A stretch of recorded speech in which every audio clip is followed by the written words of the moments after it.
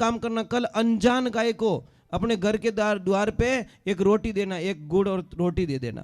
अब जो नहीं जानते, अभी से मेरा चैनल है उसके ऊपर ओके करो, सब्सक्राइब करो और मेरे से जुड़े रहो। बहुत सारी बातें ऐसी बताई है मैंने जो आप कल्पना नहीं कर सकते हो। हजारों बातें अंदर डाली मैंने वीडियो के माध्यम से, ताकि आप तक पहुंचे, आप उसका आनंद लो। कोई माइनस पॉइंट है तो उसको पढ़ाई के लिए, धंधे के लिए, घर की परेशानियों के लिए, मतलब बहुत सारी, जिसकी सगाई नहीं हो रहे, संबंध नहीं हो रहे, क्या कारण है क्या नहीं है, हाइट नहीं बढ़ रही उसके लिए मैंने बताया, पढ़ाई नहीं आ रही उसके लिए बताया, जॉब नहीं लग रहा है उसके लिए मैंने बताया, बहुत सारी चीज़ें बताई है। तो चैनल से जुड़े रहिए। पहले तो मुझे एक प्रश्न का उत्तर चाहिए। कई लोग मुझे प्रश्न करते हैं कि महाराज जी, मेरा बेटा कहना नहीं मानता, मेरी बेटी आलसी बहुत है। समझ में आ रही नहीं, और याद नहीं रहता, और माता पिता की कदर नहीं करते।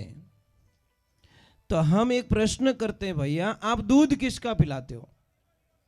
बोले भैंस का। तो पछे इनो इलाज मार्गन नहीं है के कारण, भैया एक बात का ध्यान रखना, विकास नहीं होता।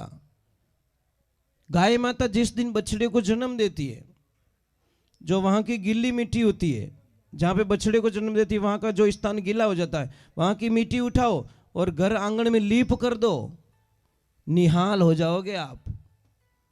कल्पना नहीं कर सकते उस मिट्टी में कितनी ताकत होती है। गाय जब बछड़े को जन्म देती है तो कहते हैं बछड़ा, पछे क्या वो टोगड़ी हो, पछे क्या वो नारकी हो, पछे क्या वो बलद, कितना रूप रिया? 4। और भैंस जिन दिन पाडा ने जन्म देवेला उन दिन पाडो, और वो मरे जी तो पाडो ही रेवे। कोई विकास नहीं है, ध्यान रखना, कोई चेंजिंग नहीं है। जी जन्मी हो तो ही पाडो, मरियो तो ही पाडो। दूसरे नंबर बोलते मेमोरीज नहीं है। आप एक काम करना, कल अनजान गाय को अपने घर के द्वार पे एक रोटी देना, एक गुड़ और रोटी दे देना। ठीक उस दूसरे दिन गाय माता उसी टाइम पे वापस घर पे आ जाएगी आपके घर पे, और रोटी मांगेगी, और भैंस ने बादाम रो हलवो खिलाई जो, पछे जावण दीजो बारे। और जैसे ही वो कटे कीचड़ देगी नहीं, ब्यूटी पार्लर में घुस जाएगी मेकअप कराने के लिए। भैंस को इतनी भी नहीं पड़ी कि मेरे मालिक ने सुबह मुझे स्नान कराया और मेरे पे बहुत सेवा की, और वह बेटी कादा में लौटी आई मेकअप करके। भैंस जितनी बुद्धि है, गाय ये कभी नहीं कर सकती। तीसरे नंबर, गाय को आप 50 किलोमीटर लेके चले जाओ, छोड़ के आ जाओ, गाय वापस आ जाएगी। और भैंस ने सिर्फ 4 किलोमीटर दूर ले जाइयो, छोड़ दीजो, भैंस ने ठाई नहीं पड़े मैं आई कटूं। इसलिए साइंस कहती बफेलो मेमोरी शॉर्ट। भैंस की मेमोरी काम नहीं करती, वो 2.5 घंटे तक याद रखती है, પછી भूल जा मैं कौन हूं, मैं कहां से आई, मैं कौन हूं, ये भी पता नहीं उसको। अब एक चीज और बताऊं, गाय के बछड़े को देखना, भैंस के बछड़े को दूध पीते ही एक तरफ जाएगा और पड़ जाएगा, सो जाएगा, आलसी टट्टू। और गाय के बछड़े को देखना, जैसे ही दूध पिएगा पूंछड़ो करी ऊंचो, गाड़ी चौथा गियर में, टॉप में, पचा हाथे अभी को नहीं, 15-20 मिनट टोकड़ी हाथे अभी को नहीं, क्यों मैंने रोज प्रैक्टिस करनी पड़े। मन ठाए दूध पी लियो, हमें जब तक दूध नहीं पचेला वो टोकड़ी हाथे आवण वालों, પછી आराम शांति उबो रह जा, मन ठाए 20 मिनट की कैपेसिटी है, ये भागेगा, रनिंग करेगा, फिर शांत हो जाएगा। उसको पता है दूध को मैंने बराबर लेवल में, और भैंस रो पाडो कहीं करिए, दूध पियो ने एक तरफ जा फाफ हूं। और एक चीज और बता देता हूं मैं आपको, 10 भैंस के बीच में एक भैंस के बच्चे को छोड़ देना, उसकी मां को, तो 8 भैंस की लात खाएगा वो, तब उसकी मां मिलेगी। और गाय के बछड़े को 100 गाय के बीच में एक गाय के बछड़े को छोड़ना, विथिन 2 मिनट में उसकी मां के पास में पहुंच जाएगा। 2 मिनट में उसकी मां को ढूंढ लेगा। और भैंस रो बच्चियों 8-10 भैंस लातों खाने ठा पड़ेगा, हमारी मां को नहीं है, मैं रॉन्ग नंबर आ गए, मैं दूसरे के नीचे घुस गया हूं कुल मिला के। अब भैंस का दूध, मैं ये नहीं कहता भैंस मत रखो, भैंस रखो, भैंस से आपकी रोजी रोटी चलेगी। भैंस का दूध बहुत अच्छा होता है पीने के लिए, गाय का दूध अच्छा होता है, और मिष्ठान के लिए वगैरह वगैरह के लिए गाय का दूध, भैंस का दूध अच्छा रहता है। इसलिए मैं नहीं कहता भैंस मत रहो, भैंस के साथ में गाय तो रख लो भैया, इतनी तो कृपा कर लो। अब यहाँ पे अब तो घणी बढ़िया लोग लग, आप किन्ने किन्ने घरे गाया इतो बोल दो आप। अब देखना, मतलब शायद 1% लोगों के, मतलब 99% लोगों के घर में गाय नहीं है। 100 में से 10 आदमियों ने लोग ऊपर हाथ दिया। अभी 500 आदमी बैठे, 500 में से 50 ने ऊपर हाथ कर दिया। कौन सी बड़ी बात हो गई भाई? लो, गाय नहीं है। गाय ने क्या बिगाड़ दिया आपको पता है?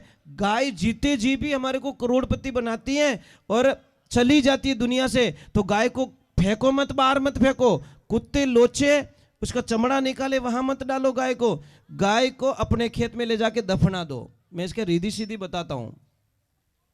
मैं आपको एक प्रयोग बताता हूं। जाए गाय की उम्र पूरी हो जाए, जब वो शरीर छोड़ दे, अपनी उम्र पाके अपने शरीर का त्याग कर ले, तो गाय को फेंको मत रोड पे।